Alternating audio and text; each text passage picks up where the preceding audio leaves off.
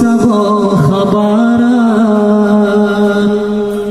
Nabi yang tampan cerdas tak ada rupa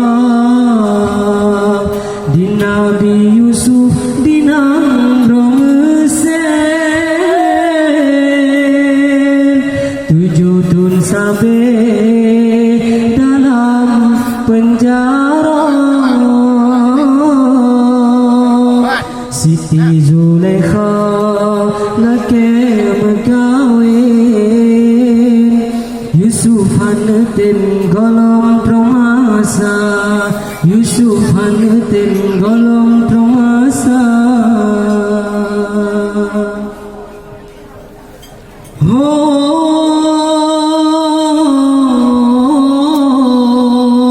Zulaikha wahai Zulaikha bek gata laki berkawin lun mantang lam usia muda masa kawin dengan urut Tuhan sadarlah diri Zulaikha bebubun pepe yang getanyo hudip dalam dunia berkuat iman dalam dada sempot roh an akhir masa dengalun pegah sabah khabaran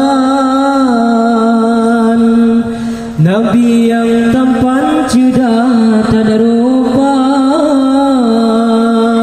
di Nabi Yusuf di Namro Mesir 7 tahun sampai dalam penjara Siti Zulaikha laki berkawin Yusuf hanggetem golong promasa Yusuf anak muda remaja wajah tak tampan tari lagoina Siti Zulaikha laki berkawin Yusuf hanggetem golong promasa Siti Zulaikha laki berkawin Yusuf hanggetem golong promasa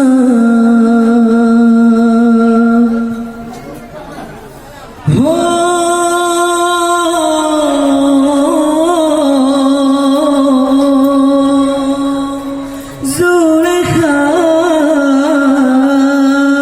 wahai Zulaikha bek gata laki berkawin lum mantang lam usia muda